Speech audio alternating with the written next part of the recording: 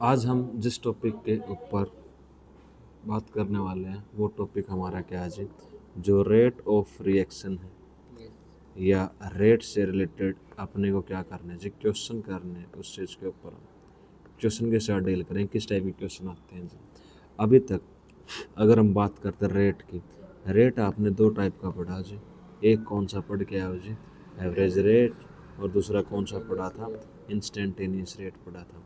जब average rate की बात आई थी तो रिएक्टेंट के लिए आपने क्या लिखा था, del R by del T, change in concentration of reactant with respect to time. Negative sign किस लिए था कि रिएक्टेंट की कंसंट्रेशन क्या होती जा रही है। अगर प्रोडक्ट के लिए अगर आपको लिखना था तो आपने लिखा था plus delta P divided by क्या लिखा था, डेल्टा टी। प्लस साइन था, प्रोडक्ट की कंसंट्रेशन इंक्रीज हो रही है। अगर आप करते हो इंस्टेंटेनियस रेट की, वो आर इंस्टेंट लिखा जाता था, तो उसके लिए आपने लिखा था माइनस का D r by D T, reactant की कंसंट्रेशन। प्रोडक्ट के लिए आप क्या लिखोगे, D P by D T. इतना कर लिया था। अगर हम अब इसके ऊपर क्या कर रहे हैं, क्वेश्चन डिस्कस करने जा रहे हैं। उसने क्वेश्चन के बारे में क्या बात कर रखी है, सबसे पहले अगर क्वेश्चन की बात करें, the decomposition of N2O5 in CCl4।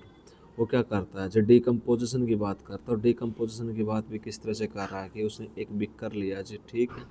उस बिकर में decomposition of N2O5 in CCl4, उसने N2O5 को ऐड किया, और N2O5 को किस में ऐड किया जी, CCl4 में ऐड किया।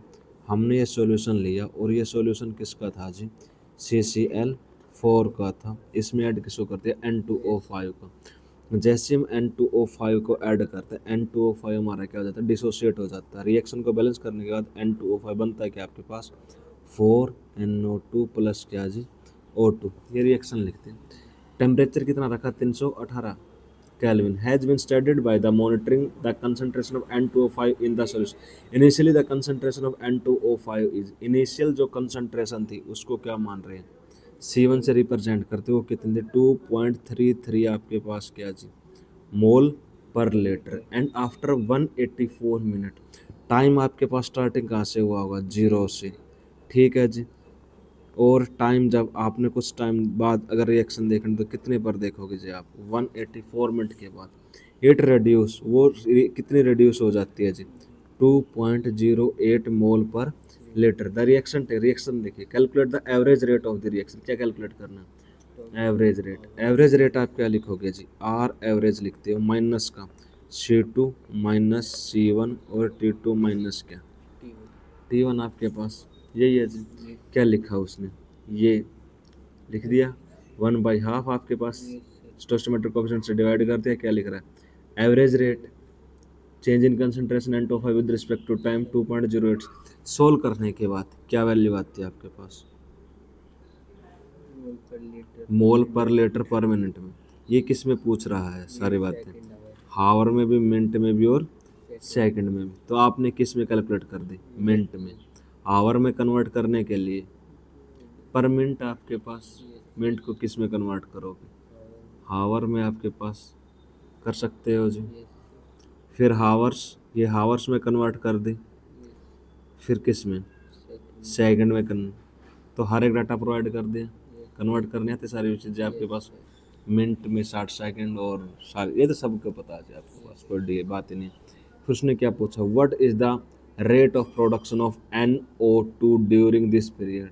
तो प्रोडक्शन किसकी पूछी है, NO2 की। N2O5 का डाटा कितना आया जी यहाँ पर, N2O5 का डाटा आ रहा है 1.13 इंटू 10 की पावर क्या, -5। तो आप रेट लिखोगे माइनस का 1/4 NO2 बाई डेल्टा टी। ये किसके इक्वल होगा जी, इस डाटा की। N2O5 का डाटा, ये पूरा डाटा कितना आया आपके पास, 1.13 इसने कौन सा मिनट वाला है जी, ये पूरा डाटा आया था, उसकी मल्टीप्लाई किसके साथ करती, मेरे को क्या मिल जाएगा, प्रोडक्शन कितना हुआ आज। आसान है, टाइम भी तो जाएगा साइड। इसने क्या लिख रखा जी, मैं इसको इस तरह से लिख सकता हूँ, रेट ऑफ रिएक्शन के अकॉर्डिंग, किसके according, rate of reaction. Rate of reaction क्या लिखूंगा, माइनस का 1/2 डेल्टा N H2O5 डिवाइड किससे करोगे, डेल्टा टी से, किसके इक्वल होगा, प्लस का 1/4 डेल्टा NO2 डिवाइड किससे कर दो। ये पूरा डाटा, इसकी कैलकुलेशन हमने कर चुके। इसकी कैलकुलेशन कितनी आई है जी, 6.79 10 की पावर -4। ठीक है जी, 6.79 इंटू 10⁴ मोल लीटर। अगर NO2 की पूछे इसने तो किससे मल्टीप्लाई हो जाएगी, और ये आंसर हो जाएगा। ठीक है जी, श्योर हो सर। डेल्टा टी क्यों नहीं गया सर? क्या डेल्टा टी उस साइड क्यों नहीं गया? ये इसके पूरे की वैल्यू ये आ गई, तो इसका टाइम भी तो लगेगा इसको फॉर्मेशन होने में। वो टाइम नीचे रखना, तो पूरा रेट ही बता दिया आपने, ये क्या है, रेट ऑफ, और पूछ क्या आ रहा है, what is the rate of production या अपीयरेंस आपके पास। समझ गए सर। अब देखो जी, जो नेक्स्ट न्यूमेरिकल है, फॉर द रिएक्शन, आपके पास 3.1 है, रिएक्टेंट था आपका, वो किस में कन्वर्ट हो रहा है जी, प्रोडक्ट में। The concentration of reactant changes from 0.03 molar to 0.02 molar in 25। Calculate the average rate of the reaction using unit of time both minute and second. आपके पास एवरेज रेट पूछा है, आप एवरेज रेट किस तरह से लिखोगे जी, change in concentration of reactant, क्या लिखें, डेल्टा R डिवाइडेड बाई क्या, डेल्टा टी। स्टोइकोमेट्रिक कोएफिशिएंट आपके पास 1 है ही, कोई दिक्कत नहीं है। तो आप क्या लिखोगे जी, C2 - C1, final minus initially क्या था 0.03 से 0.02, 0. माइनस का क्या 0.03 डिवाइडेड बाई क्या 25, कितना 0.01 बचेगा, 0.01 डिवाइड किससे कर दोगे, माइनस माइनस क्या हो जाएगा, प्लस। तो सिंपल सी बात करते हैं, तो क्या बचा 1/25 इंटू 10। सोल्व कर देंगे जी, 100 से मल्टीप्लाई कर दें, 100 से भाग कर दें, यही आसान रहेगा एक बार। तो कितने पे जाएगा, 4 पे। ठीक है जी, तो नीचे कितनी पावर हो जाएगी आपके पास 4, तो 10 की पावर क्या लिख दें, -4।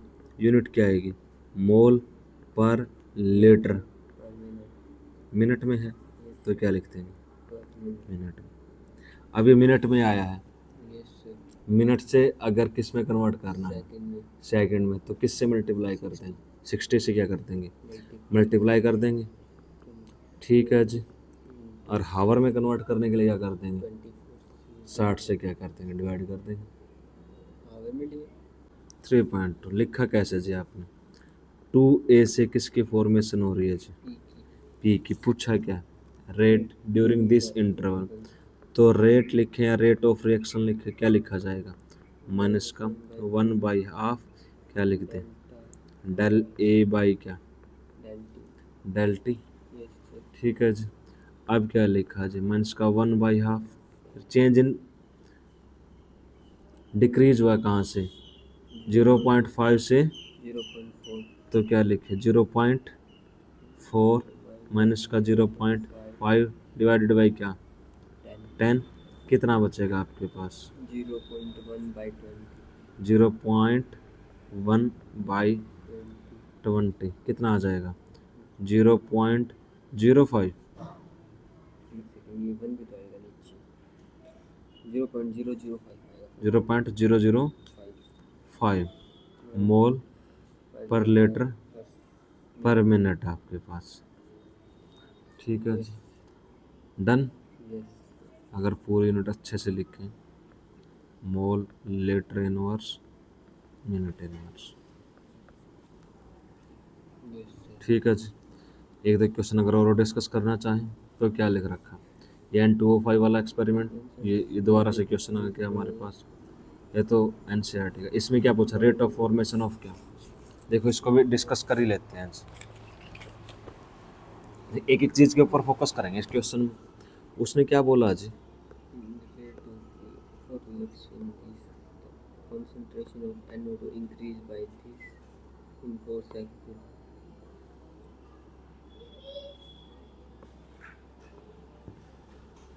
फॉर द रिएक्शन, ये रिएक्शन हम पहले ही पढ़ चुके हैं। Yes. N2O5 का डिकम्पोजिशन करते तो क्या मिलेगा? 4NO2 plus O2। If the concentration of NO2, concentration किसकी गिवन है आपके बार? NO2 की। वो कितनी गिवन है? 1.6 इंटू 10⁻² मोलर। और टाइम कितना दिया जी? 4 second. Rate of formation of NO2, NO2 की फॉर्मेशन पूछी है, यानी rate of appearance of NO2। Rate of appearance of NO2 में क्या लिखोगे आपके पास? DNO2 बाई क्या? DT. DT। उसकी वैल्यू कितनी गिवन थी आपके पास? 1.6 इंटू 10⁻²। स्टोस्टोमेट्रिक कोफिशिएंट आपके पास कितना है जी? Rate of formation of NO2, तो ये क्या दे दिया? रेट। Increase ये क्या उसका? time. टाइम। टाइम कितना? 4 सेकेंड। तो वैल्यू आ गया आपके पास। रेट ऑफ फॉर्मेशन ऑफ क्या पूछा है? O2। एक की रेट अपने को पता है, किसकी? DNO बाई DT की। ठीक है जी, तो लिखते हैं rate of formation of O2, Yes, sir. Change in concentration of O2 with respect to time. Change in concentration क्या है आपके पास? NO2 by DT। ये पूरा डाटा था अपने पास। Yes, sir. ये वैल्यू कितनी आई आपके? 4 into 10 की 4 minus 3. 3। Yes, sir.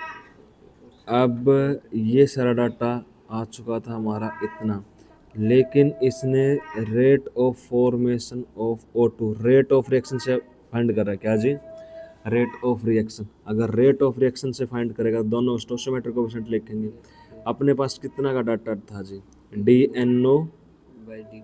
तो DNO बाई DT का डाटा पुट कर दे। Yes. ये वैल्यू आई थी इतनी, Yes. पुट कर दी। सोल्व करने के बाद किसकी फॉर्मेशन आ गई? Oxygen. फिर क्या पूछा? Rate of disappearance of N2O5. N2O5। Rate of disappearance of N2O5 फिर किसके हेल्प से पूछेगा? बताएगा जी रेट ऑफ रिएक्शन से। Yes, sir. जब रेट ऑफ रिएक्शन से बताएगा तो डिसअपियरेंस में किससे डिवाइड नहीं करोगे? इसके स्टोइकोमेट्रिक कोएफिशिएंट से। लेकिन इसने क्या लिख रखा है? 1/2 DNO। by 4 था 2. ये किया हुआ है इसने 2 वापस भेज दिया वहाँ पे. 1/2 को 1/4 को 1/2 लिख दिया इसने सीधा. कैलकुलेशन डन कर दिया अपन। ठीक है जी। फिर क्या पूछ रहा है? Rate of reaction. तो मैं क्या बता सकता हूँ? रेट ऑफ रिएक्शन क्या आएगी आपके पास? Yes, sir. ठीक है जी। रेट ऑफ रिएक्शन तो सेम होगी ना तीनों की. 1 by rate of reaction stoichiometric coefficient से तो डिवाइड करोगे ना। Yes, sir. तीनों की अलग अलग निकालनी पड़ेगी. अलग अलग पूछे तो अलग अलग देख, अलग अलग बता रखे। 1 मंच का हाफ DN2, इसकी वैल्यू कितनी है आपके पास? N2O5 DT की वैल्यू इतनी आ रही, फिर उससे करेंगे। NO2 की जितनी वैल्यू आई फिर उसके स्टोइकोमेट्रिक कोएफिशिएंट से, O2 की जितनी है उसके स्टोइकोमेट्रिक कोएफिशिएंट से। अच्छा क्वेश्चन। क्यों? काफ़ी चीज़ें एक में ही पूछ रखी है जी। फिर क्या पूछ रखा है? रेट ऑफ रिएक्शन को क्या करना है? रिप्रेजेंट करना। रेट ऑफ रिएक्शन को तो रिप्रेजेंट करना आसान है। Stoichiometric coefficient into change in concentration, stoichiometric coefficient change in concentration, ये तो कर भी दिया था। Same to same. इस रिएक्शन के लिए क्या लिखना आपको? रेट ही लिखना है। Yes, sir. कोई दिक्कत No, नहीं आनी चाहिए, आसान सा सिस्टम है तो। ये देख, ये क्वेश्चन कभी कभार पूछ लेते हैं। Rate of reaction is expressed, क्या लिखा है? ये प्रोडक्ट की वैल्यू लिख दी है, किसकी लिख दी? रिएक्टेंट की। तो क्या होना चाहिए इसके लिए? क्या लिखें? 4A प्लस का B से क्या मिल रहा होगा? 2C plus 3। कौन सा है? ये वाला। 4A to minus के लिए 4A plus B पहले प्रोडक्ट लिख दिया, बाद में क्या लिख दिया? reactant. हम बता सकते हैं। Yes, उसका स्टोइकोमेट्रिक कोएफिशिएंट yes, sir. 4 था। 4A 1B B 2C C 3D। D कौन सा ऑप्शन है? A फिर बोला if the reaction A plus 2B से क्या मिल रहा है? 6C plus 2D. Initial rate दिया है, टाइम दिया है, what will be the value of, आसानी से बता देंगे। Yes, रेट ऑफ रिएक्शन लिख के सारी चीजें, एक की दी है दूसरे की बता सकते हैं जी। Yes, sir. और इसी तरह आपके पास कौन सा क्वेश्चन है जी? नेक्स्ट क्वेश्चन हो जाएगा। Yes, sir. इसका क्या लिखना है? रेट ऑफ अपीयरेंस और डिसअपीयरेंस ऑफ लिखना होगा। ठीक है, ये तो अपने एनसीईआरटी का क्वेश्चन है। Related to rate of disappearance of underline, इसका डिसअपीयरेंस क्या होगा आपके पास? माइनस का delta BrO3 by delta T, क्योंकि इसमें स्टोस्टोमेट्रिक कोफिशिएंट इसमें 3 है, ये नहीं आएगा। और माइनस का delta BrO3 by delta T ये आ सकता है। और किसका पूछा है? 3Br2 का, ये होगा, ये नहीं होगा, ये नहीं होगा, ये नहीं होगा, ये आ जाएगा। ठीक है, yes. एनसीईआरटी से रिलेटेड है सारी चीज़ें। उससे पहले यहाँ तक हुआ चीज़ें क्लियर? रिएक्टेंट क्या है? 3A, 3A से क्या मिल रहा है आपको? 2B प्लस C मिल रहा है। रिएक्शन लिख लीजिए। रिएक्शन लिखने के बाद आपको बोलते हैं द रिएक्शन 3A से 2B plus C is carried out in a closed vessel. The rate of disappearance of A, the rate of disappearance of A बोले तो DA डिवाइडेड बाई क्या? DT किसके इक्वल है? 0.01 मोल litre inverse second inverse. Calculate DB by DT और DC by DT। Calculate क्या करना है? DB by DT and DC by DT करो जी कैलकुलेट। रेट बताना जी आपको।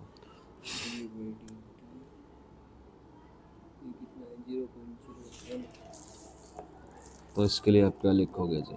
रेट ऑफ रिएक्शन लिखोगे। रेट ऑफ रिएक्शन लिखी जाएगी माइनस का 1/3 DA डिवाइडेड बाई क्या? DT इक्वल टू 1/2 आप लिखोगे भाई DB बाई DT किसके इक्वल होगा?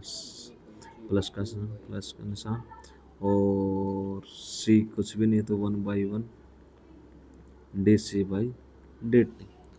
तो DB बाई DT की वैल्यू चाहिए, तो आप पहले दो टर्म लिखोगे। DA बाई DT की वैल्यू कितनी गिवन है? 0.01 मल्टीप्लाई किससे कर दोगे? 2 से। क्या लिख दोगे भाई? DB by DT। ये यहाँ से है। कितनी वैल्यू आई आपके पास? ये माइनस को लिया, माइनस तो इसने पहले दे रखा था। सॉरी शक्तिमान प्लस हो जाएगा। वैल्यू आएगी 0.0067 मोल सेकंड इनवर्स। ठीक है जी। DC बाई DT की वैल्यू क्या हो जाएगी? DC बाई DT वो गिवन है आपके पास 1/3 0.01 इंटू 1, तो ये वैल्यू 0.0033 मोल लीटर इनवर्स सेकंड इनवर्स। ठीक है जी, आसान से न्यूमेरिकल आते हैं। और करें साहब,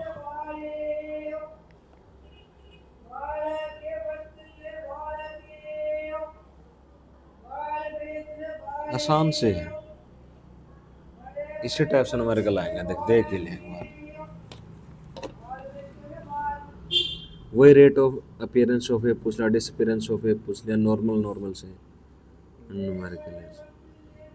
ठीक है, आपसे कभी रेट ऑफ रिएक्शन पूछ लेगा, रेट ऑफ डिसअपीयरेंस ऑफ क्या पूछ लेगा? ए पूछ लेगा जी। एलिमेंट्री रिएक्शन, उसने कोई एलिमेंट्री रिएक्शन लिख रखी है 2A प्लस B से क्या मिल रहा है जी आपको? 3C मिल रहा होगा जी।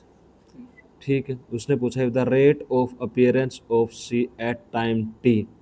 Rate of appearance of C, appearance of C का मतलब ये हुआ DC बाई DT की वैल्यू लवकेश को गिवन है 1.3 into 10⁴ mole litre inverse second inverse. Calculate at this time rate of reaction.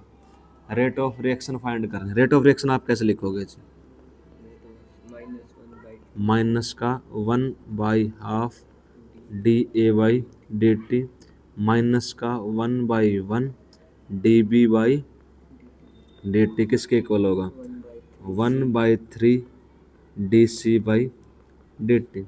अगर किसकी वैल्यू फाइंड करनी है आपको? सी की। अच्छा प्लस, प्रोडक्ट के लिए क्या plus, rate of reaction find करें तो सी की वैल्यू पुट कर दें। तो इसके लिए आप क्या करोगे? 1/3 इंटू 1/3 इंटू 10⁴ सोल्व करने के बाद कितना आ रहा है data? 4.3 into 10⁵ mole litre inverse second inverse. Rate of क्या पूछा है? Disappearance of A. Rate of disappearance of क्या आएगा? माइनस का D A divided by D T. कौन सा स्टोइकोमेट्रिक कोएफिशिएंट था आपका? किसके रिस्पेक्ट में फाइंड कर रहे हैं? इस तरह से कर सकते हैं, माइनस का 1/3 dC/dt। तो क्या value? Rate of disappearance of A. तो क्या लिख सकते हैं जी? 2/3 इंटू 1.3 इंटू 10⁴ सोल्व करने के बाद फाइनल आंसर आपका क्या रहेगा? 8.67 इंटू 10⁻⁻5 मोल लेटर इनवर्स माइनस। डन।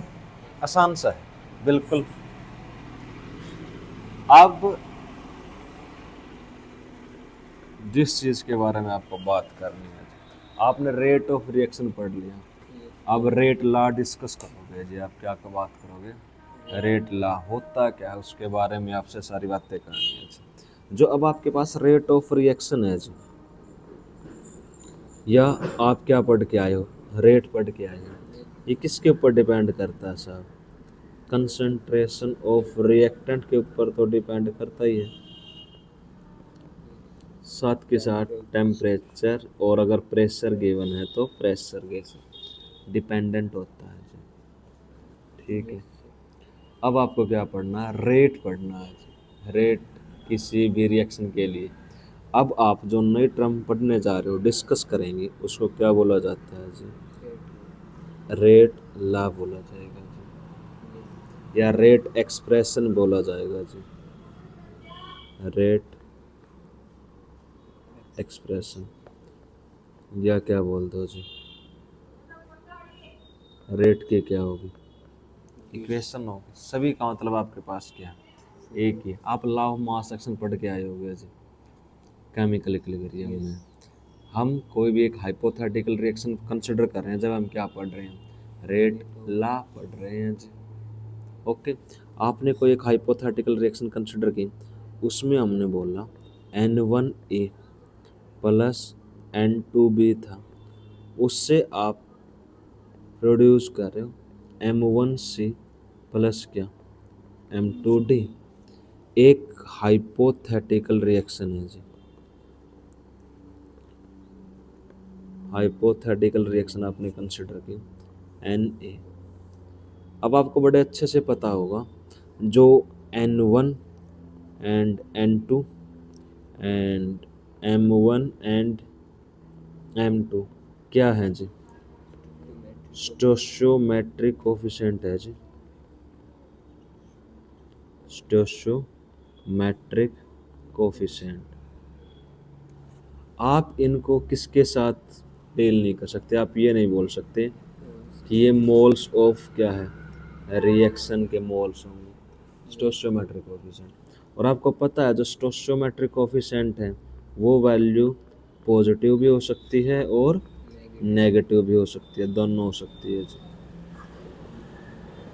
इसके बाद आपने बोला कि रेट ला क्या होता है?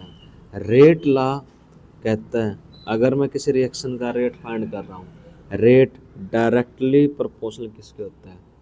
Product of the concentration of the reactant.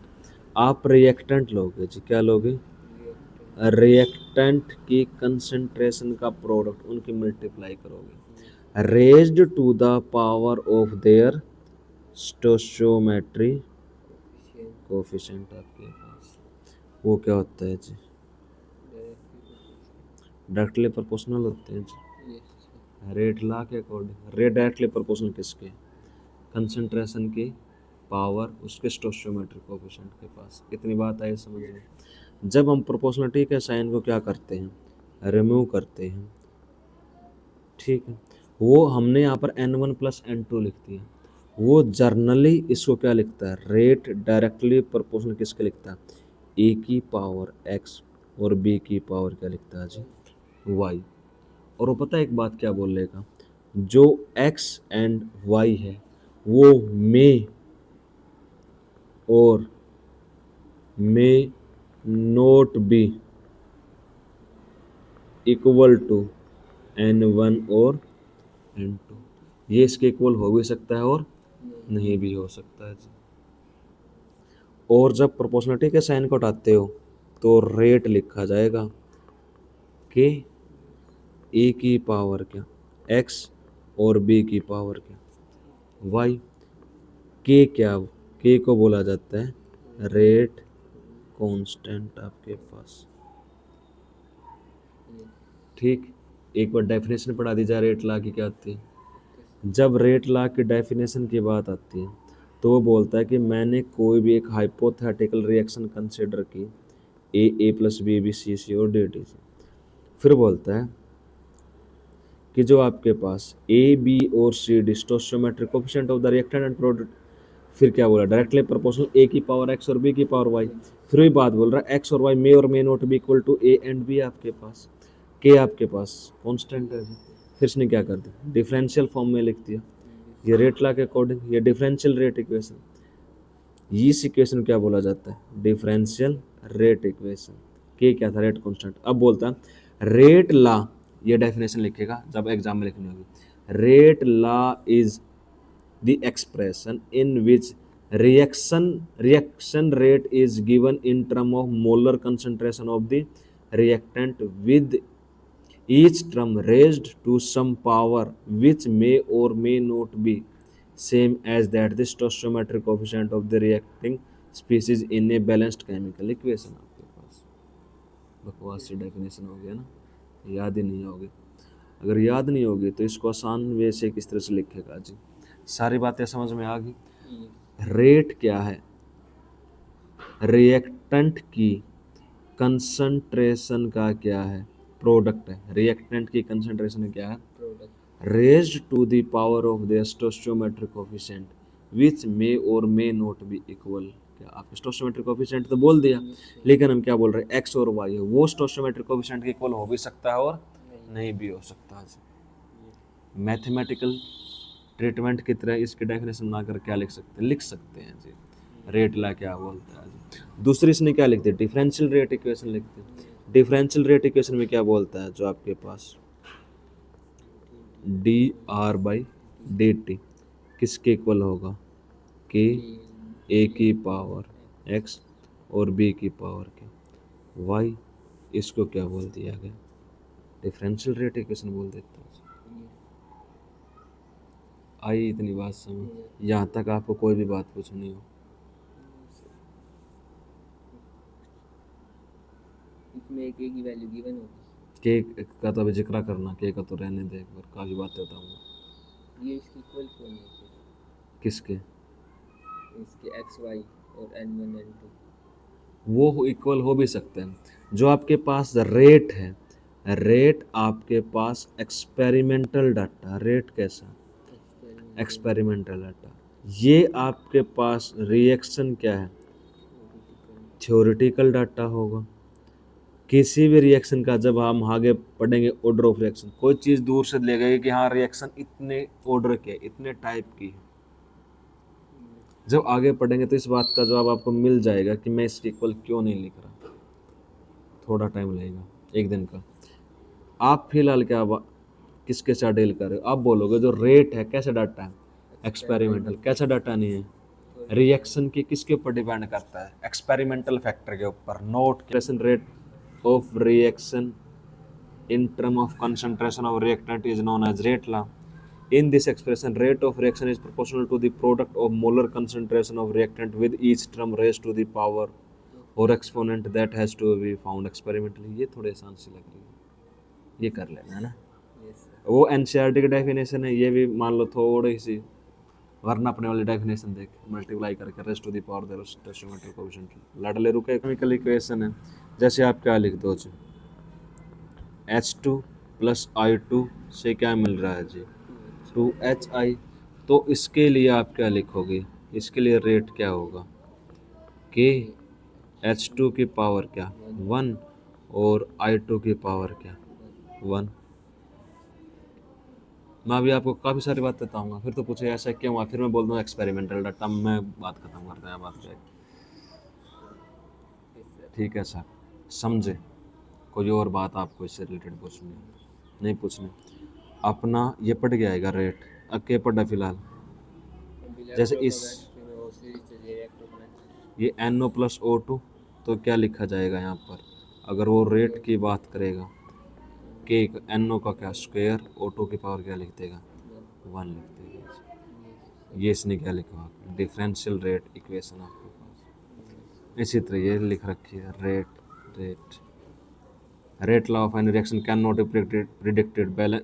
अगर रिएक्शन कैसी होनी चाहिए, balance, theoretically must not be determined experimentally.